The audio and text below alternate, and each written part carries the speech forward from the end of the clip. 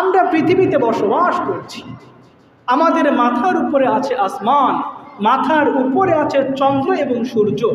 আপনি কি কখনো চিন্তা করে দেখেছেন এই আসমান জমিন কিভাবে সৃষ্টি হয়েছে?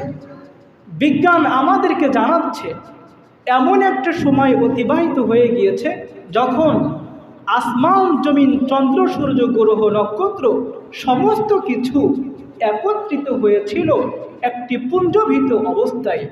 অতঃপর একটি মহা বিস্ফোরণ ঘটল। বর্তমান আধুনিক বিজ্ঞান ওই বিস্ফোরণটির নাম দিয়েছে বিগ ব্যাং থিওরি। বিজ্ঞান যে বিগ ব্যাং থিওরির কথা মাত্র কয়েকটা বছর আগে আমাদেরকে জানিয়েছে, অথচ এই বিগ ব্যাং থিওরির কথা আজ থেকে নিয়ে ১৫০০ বছর আগে আমাদেরকে যিনি জানিয়েছেন তিনি কে? এই আসমান জমিন কিভাবে সৃষ্টি হলো?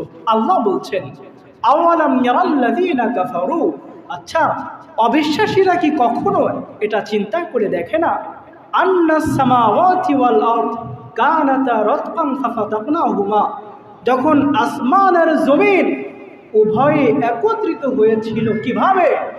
আমি আমার শক্তি বলে এগুলোকে আলাদা করে দিয়েছি। রব্বুল আলামিন অন্য আয়াতে বলছেন, সুম্মাস্তাওয়া ইলাস সামাই ওয়া হিয়া দুখান ফাকালা লাহা ওয়ালিল আরদি ইতিয়া তাওআন আও কারহা। আল্লাহ বলছেন, যখন মহা বিস্ফোরণ ঘটল, অতঃপর আমি আকাশের দিকে এমন একটি সময়ে মনোনিবেশ করলাম যখন আকাশটা ধোঁয়াচ্ছন্ন অবস্থায় ছিল।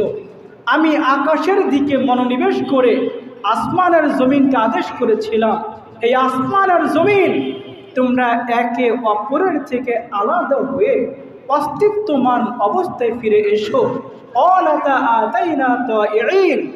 আসমান আর জমিন তখন আনুগত্যদের মতো উত্তর দিয়েছিল, হে আমাদের রব, আমরা তোমাদের আদেশ মেনে একে অপরের থেকে আলাদা হয়ে অস্তিত্বমান অবস্থায় ফিরে এলাম।